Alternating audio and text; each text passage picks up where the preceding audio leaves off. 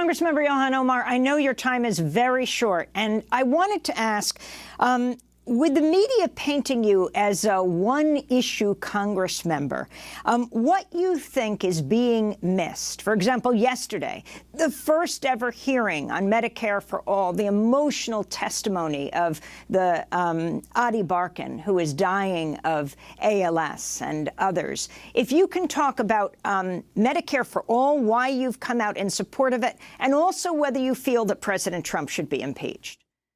Yeah.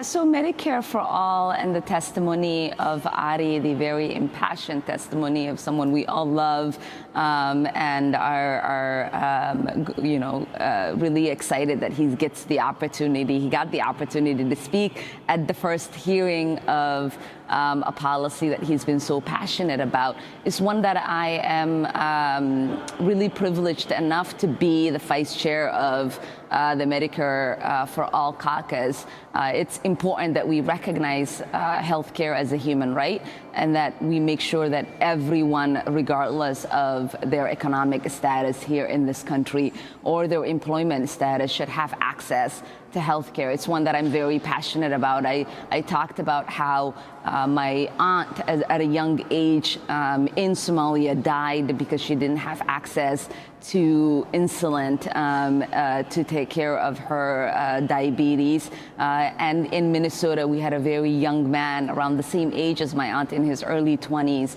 who died because he could not afford insulin. And so to have something like that happen, not in a country like Somalia, but here in the United States as well, is one that we should be ashamed of, and one that we should work really hard to make sure it doesn't happen again. Impeachment? And in the question of impeachment, it's about time. We've had the investigations. Mueller has clearly stated that if he was giving a different opinion by the general attorney, that he would indict. And now he's kicked the ball to Congress, and we have an opportunity now to start impeachment proceedings for events that happened pre-election. And Rashida, myself, Alex, and others are pushing to make sure that we can investigate post-election Trump and many of the obstructions and criminal activities that might have taken place in his White House. Well, I want to thank you so much for being with us, Congressmember Ilhan Omar, Minnesota Congressmember representing the 5th Congressional District, first Somali-American elected to the U.S. House of Representatives, one of the first Muslim women in Congress. I know you have to leave us, but we're going to turn now with your words, the words you shared yesterday at the reflecting pool outside the Capitol, speaking at the rally in your support. Here's the thing that really offends a lot of people, and the reason that we are here. I was born as a very liberated human being to a country that was colonized, that recognized that they can colonize the land, but they can't colonize your mind. To people who recognized that all of us deserve dignity, and that no human being was ever going to tell you that you were less than them. Yes. 13 people organized for our independence in Somalia. Wow. So I was born in that breath of recognizing that they might be more powerful than you are, that they might have more technology than you have. Yeah. They might think that they are wiser than you. They might control all of the institutions. But you control your mind, and that is what sets you free. That's right. So a sister of mine on TV said, the thing that upsets the occupant of the White House, his coons in the Republican Party, many of our colleagues in the Democratic Party,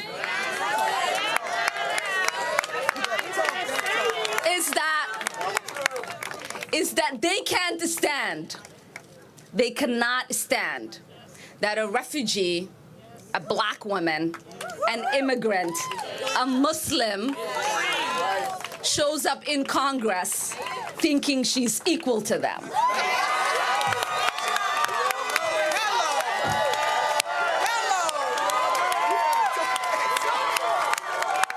But I say to them, how else did you expect me to show up? So here's the reality.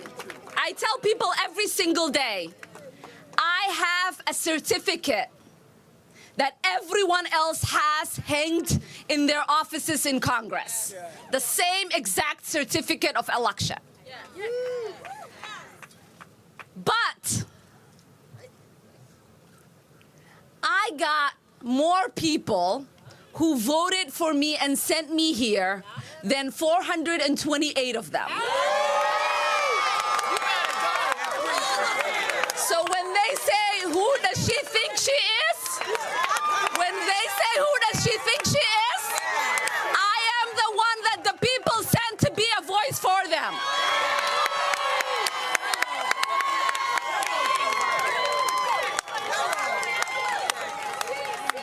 So we have to always recognize that one marginalized voice represents many marginalized voices. But I don't only represent one marginalized voice. Because in this country, being black is enough of being marginalized. But I also happen to be a woman. That's a second marginalization. I happen to be a Muslim. And I also happen to be a refugee and an immigrant from what they call one of the whole countries. The reality is that the whole country raised a very proud, dignified person. Our circumstances might not always be perfect, but that doesn't lessen our humanity. And I am not in the business of defending mine.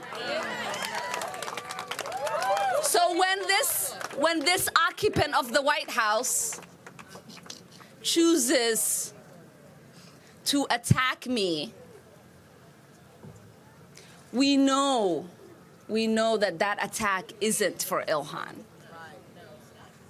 That attack is the continuation of the attacks that he's leveled against women, against people of color, against immigrants, against refugees, and certainly against Muslims. And we are collectively saying, your vile attacks, your demented views are not welcome here. This is not going to be the country of the xenophobics. This is not going to be the country of white people. This is not going to be the country of the few. This is the country of the many. This is a country that was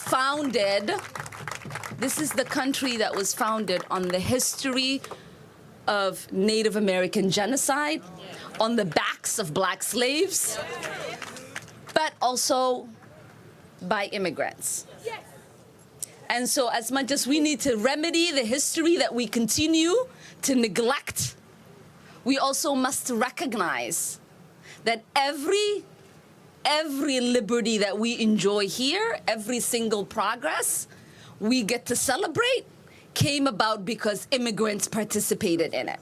Yes. So I know my place in this society.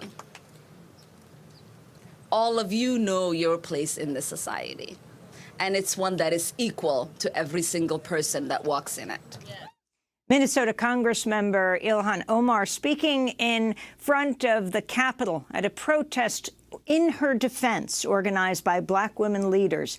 Sitting behind her, Angela Davis, Congresswomen Ayanna Pressley and Rashida Tlaib, urging Congress to censure President Trump, who they referred to simply as the occupant of the White House, for his attacks on Omar, and to send a message to both political parties, hands off Ilhan Omar. She says she has suffered a spike in death threats against her since President Trump pinned a tweet of a video that juxtaposed Ilhan Omar against the 9/11 attacks. This does it for our show. Democracy Now! Has a media job opening for a paid full-time digital fellowship here in New York City. We also are accepting applications for paid 6-month internships. Learn more at democracynow.org. Democracy Now! Is produced by Mike Burke, Dina Guzder, Nermeen Sheikh, Carla Wills, Tammy Warrenoff, Sam Alcoff, Dennis Moynihan, John Hamilton, Robbie Karen, Hani Massoud, Trina Nadura, Tay Marie Astudio, and Libby Rainey. Mike DeFilippo and Miguel Noguera are engineers. I'm Amy Goodman. Thanks for joining.